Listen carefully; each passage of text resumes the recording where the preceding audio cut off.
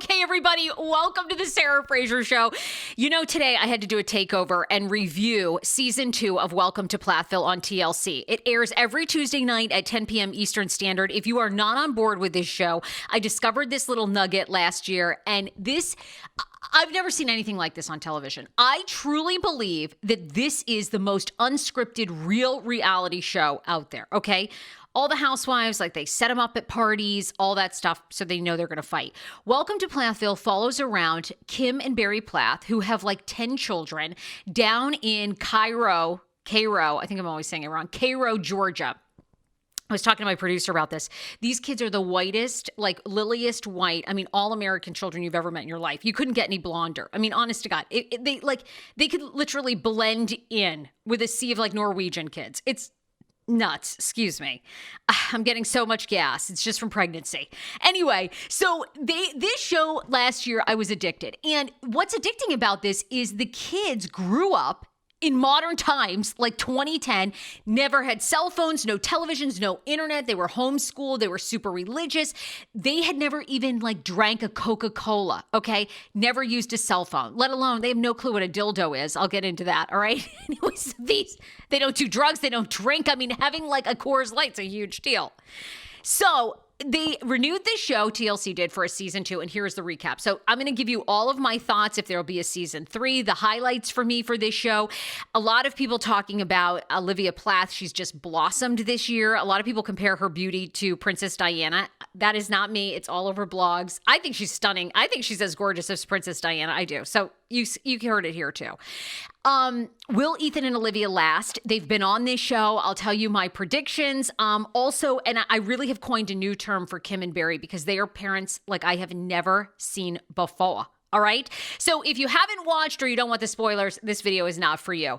I want to thank a couple of our sponsors. If you are new to my show, I do a podcast show Monday through Wednesdays, which you can download or listen to on Spotify, iTunes, iHeartRadio, everywhere podcasts are played. Once you listen to this podcast and / YouTube show, if you could leave me a 5-star review on iTunes, I would love it. Just hit 5 stars. Tell me what you love. I'm trying to get to 1,000 reviews, and I'm really bad about promoting it at the start of my shows. I usually wait till the very end when everyone's tuned out. So today, go there. Just search Sarah Fraser, The Sarah Fraser Show. TSFS, hit 5 stars. Tell me what you love about the show and what you'd like to hear more or less of. Also, the show is brought to you by JP2 Management and Joe Pacetto. Joe Pacetto is an East Coast financial advisor who can help you whether you have $500 to invest or $50,000 or $500,000. He meets you wherever you are. He's taking on new clients. JP2management.com is his website. When you get even a free consultation, he'll sign you up for a year of my Patreon page, which there you'll find everything from motivational interviews, sex interviews, and my mindful eating weight loss tips as well. So it's a great, people are loving the Patreon as well as additional videos that only you will see, like my gender reveal. Joe has 20 plus years of financial experience. He's fully licensed. I've known him as a personal friend and worked with him when I was in my radio days, and he also worked for Wells Fargo, so he is very legit. Check his website out, jp2management.com. So let's get into the review of season 2. And I'll also tell you season 3, I've been stalking every Welcome to Plathville person. I really think there'll actually be a season 3. I was just lurking on Mika Plath's Instagram this morning and people were like season 3. And he was like, look, there's definitely all roads leading to a season 3. You know, there's going to be because the cliffhangers that we were left with on the season finale last night were things like Ethan Plath growing a massive set of balls. This guy, I mean, he went from having no wang to the giantest sack of balls you've ever seen. He confronts Barry and Kim about them not allowing Ethan and Olivia to see their siblings alone without them. And like at one point it almost gets physical. You guys, it was like, I was blown. I was shooketh. I was like, this is the best television. These people went from reading the Bible to each other to like they're having a fist fight like Mike Tyson. Here it is. Oh my God. Okay, this scene was pivotal.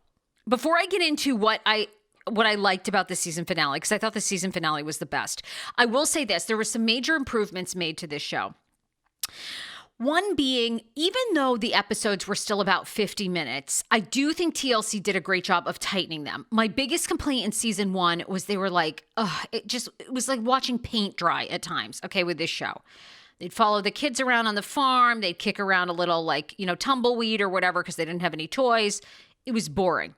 This season, I thought they got into a lot more shit. First of all, it was 3 homes divided, okay? We're talking Game of Thrones style shit here. Ethan and Olivia go out and buy a house. Kim and Barry buy a new home, 2 miles from their house, from Ethan and Olivia, and the home is sick. Of course, I guess if you're in Cairo, you can get what looks like $1 million house for probably $250,000. And then Mariah and Mika decide to move out and pursue their careers. So I liked the division. There was good storylines going on. Some of the highlights for the season for me were, I loved the Joshua Tree. So 2 episodes or an episode ago, Ethan and Olivia go out to California. They go to Joshua Tree where they're going to a relationship/sex retreat. It was it was amazing. But it was also very emotional. I feel like we got a better understanding of the hurt, the deep hurt, and I think deep conflict in this marriage.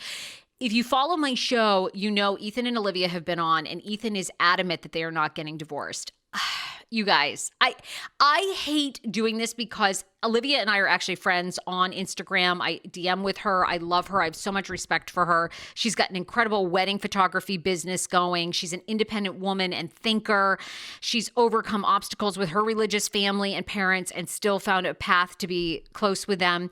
So I gotta say, I think it's 60-40 that they stay together and 60% of it is divorce. Because I just think once a woman evolves, if a man isn't if her partner isn't right there evolving with her or even sometimes evolving faster than her, I think it is really hard. And my thing with Ethan is I keep wanting Ethan to grow a pair of balls, which he actually did on the last episode. But I'm talking about things like he's 22, 23 years old. He might even be a little bit older than that now. So when they go to Joshua Tree, the therapist there has a crystal in the shape of the Washington Monument. And Ethan actually asks Olivia if it's a dildo. I'm like, okay, at this point, we need you to hang out on Google. Go to Pornhub for one whole day and scroll through. You know what I'm saying? Treat yourself to Googling an array of cock rings. It's getting to the point, it's a little too, it's too naive and simple for me. Again, I really like him. I really like them. I want them to work because they've put in so much work. And the truth is he is so in love with her. And I think the ultimate form of showing how in love he was with her was going to confront his parents in the season finale. So they get tattoos together. The dude is willing to get a tattoo even though he hates it. He's one of those guys that thinks anyone with a tattoo is headed straight to jail.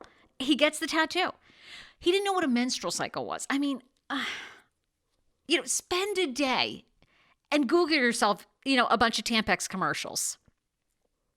Anyhow, he thought that, I think he said at one point during this season that, when I think one of his sisters had some blood in her pants or something, he thought she just had a bloody nose. Oy vey! I can't, I'm rooting for them, but I do.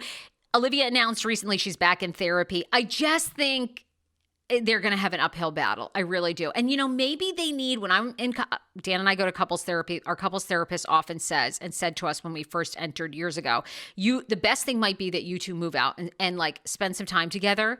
And she said couples really do come back together because we were like, no, we don't want to move out because once you do that, the likelihood you're going to get back together is probably slim. And she's like, no, it's really not. It actually can sometimes really bring clarity. And so I don't know. I think though, yeah, I'm not sure. The other big highlights for me, the Joshua Tree, hearing Mariah's music. I'm very proud of her. I think her music career needs some help. Although that guy that was her music producer, he was all about it. He was like, yes, girl, you've got the right pitch. I don't know shit about music. So when anybody sings, it sounds better than me. So I'm like, oh, they sound on key. But it didn't sound great. I'm not going to lie. The person who's thriving the most on the show is Micah. We see he signs a huge contract in Miami. We know he's doing a ton of magazine covers. He looks like a quintessential Calvin Klein ad. Okay. He's in all the out magazines, gay magazines. And I'm going to be honest with you. I don't think he's gay, but I think his team is very smart. They're attracting and really targeting the gay audience that are going to follow him, going to love him. It's like back in the day, Sex and the City. You know what I mean? It was like, you got to get the gays and then the girls come. And it's true. I think that he has that and then all the women are going to follow. So his career to me is popping off the most. So is Olivia's, honestly, with her wedding photography stuff once COVID is over. Those were some of the highlights. I liked following the music career. I liked following them out. Kim and Barry, let's talk about the season finale. And the other thing that I thought TLC was very smart, they tried to humanize Kim and Barry. I want to know, this is what I want to know from producers, because I think Kim and Barry personally put up a fit. They're probably the most hated parents on television right now. Hated. Kris Jenner thought she got some hate for getting her kids plastic surgery and working that sex tape. Girl, you ain't even hated like Kim and Barry Plath. Personally, I think Kim and Barry demanded that they get a scene to talk about their son Joshua, who Kim accidentally ran over a couple of years ago, and he passed away. It was very emotional. I cried the entire thing. I actually saw Barry have emotion. I think personally they demanded that because it really humanized them. So we went from that episode where you have empathy for them, and I think you understand where Kim is like a hurt person, a tortured person. Kim's clearly ashamed of her past. I don't know what happened, but there's so much shame there because she's trying to overcorrect for whatever she and Barry did. Girl, you hit some acid and you fucked a bunch of guys. It's okay. With those, now they're trying to overcompensate. The season finale, I've coined a new term, and it's called victim lighting. We all know what gaslighting is. Gaslighting is essentially when someone tries to make you seem crazy when they're clearly, doing abusive things, toxic things, misogynist things. They're obviously at fault, right? I've never met two parents when Ethan comes over to confront them where they turn it into them being the victims. And what drives me fucking bonkers about Barry is he just is like, okay, well, that's the past. Let's move on. No, you have to talk about the past. Anybody in therapy knows this. You talk about the past, you work through those emotions, and then you have repair. The biggest part is repair. Okay, repairing a relationship doesn't mean that you forget. It doesn't mean that all is forgiven, but you begin the process of repair. I'll say this, when Ethan came over to the house, I really did not like the fact that Ethan wouldn't come in their home. This is your parents. I would have come into their home. I would have sat down and had a cup of coffee and said, look, this is the way it is with my wife and I.